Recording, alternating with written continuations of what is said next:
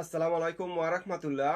আমার মনের মাধ্যমে সবসময় একটি প্রশ্ন জাগতো যে জান্নাতে মানুষ কিভাবে একে অপরের নেতৃত্ব মেনে নিবে, একসাথে বসবাস করবে। যে মানুষ দুনিয়াতে মারামারি, হানাহানি, হিংসা, বিদ্বেষ, বাপ ছেলেকে স্বার্থের জন্য ভুলে যায় আর ছেলে বাপকে স্বার্থের জন্য ভুলে যায়, এত অহংকারী মানুষগুলা, এত হিংসুক মানুষগুলা কিভাবে জান্নাতে ঝগড়া ফাসাদ করবে না, একে অপর প্রতি হিংসা ছড়াবে না, হিংসা বিদ্বেষ করবে না।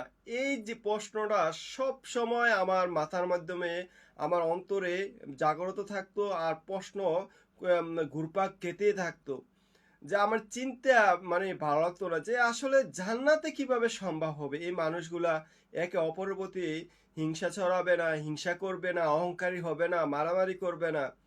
তখন হঠাৎ করে মসজিদে বারিন্দায় একদিন বসেছিলাম। হঠাৎ করে আমি চিন্তা করতে করতে হাত থেকে মোবাইলটা বার করে কোরআনে প্রবেশ করলাম।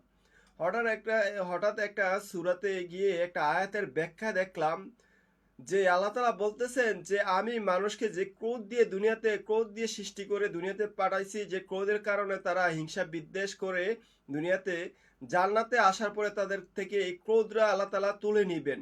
তখন আর ওনারা রাগান্বিত হবে না, হিংসিত হবে না, অহংকারী হবে না। ক্রোধ